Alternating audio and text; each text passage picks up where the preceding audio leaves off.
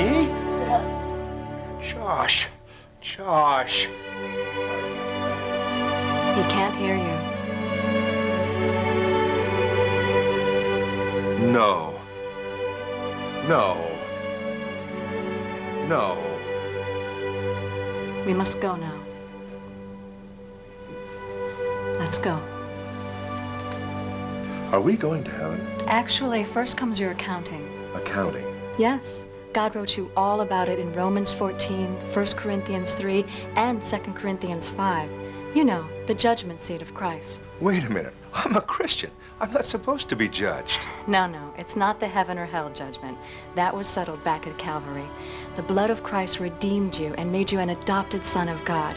But now, since you are a son, the Father requires that you give an account of how you conducted yourself while on earth. Oh, you mean rewards. I remember hearing something about this. All your works will be tried as by fire. The wood, hay, and stubble will be burned away, but the gold, silver, and precious jewels will remain. These will be the basis of your eternal reward and will determine your level of privilege and responsibility in the everlasting kingdom. Oh, that's like I've always said. With responsibility comes privilege. I have to tell you something. I've taken a peek at the books. I mean, the ones that recorded your works. Not bad, huh? I don't see how you can say not bad. I didn't really see much real ministry records in there. Not nearly up to your potential.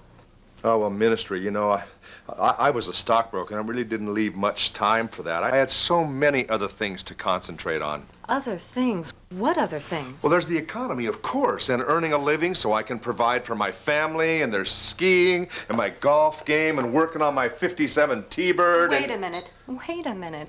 Those are fine activities for a Christian man.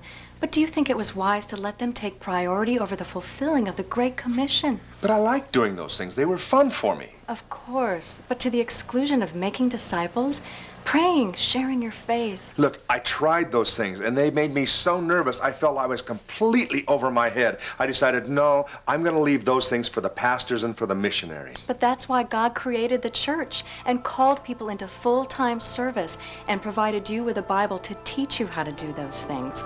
Sure, it's hard at first, but with practice, you would have learned.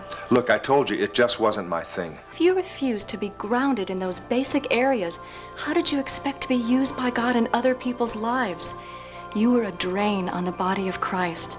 You sat on a pew week after week, absorbing so many riches from God, but never passing them on.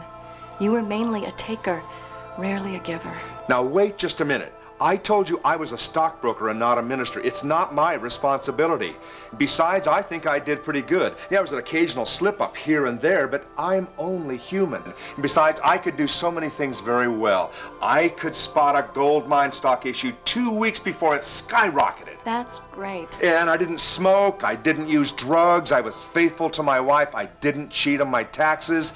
And if you could see some of the people down on earth and see how bad they were, you wouldn't be so critical of me. I'm not trying to be critical. All I'm saying is that you were so gifted. You had so much potential and you didn't live up to it. You spent so much time doing things that weren't bad, but they kept you from doing the things that would have helped you to become all that God wanted you to be. My life was fine just the way it was. All right, have it your way. But I wonder if he'll be convinced. Wait a minute! Wait a minute! Maybe you were right! I didn't understand this before! I didn't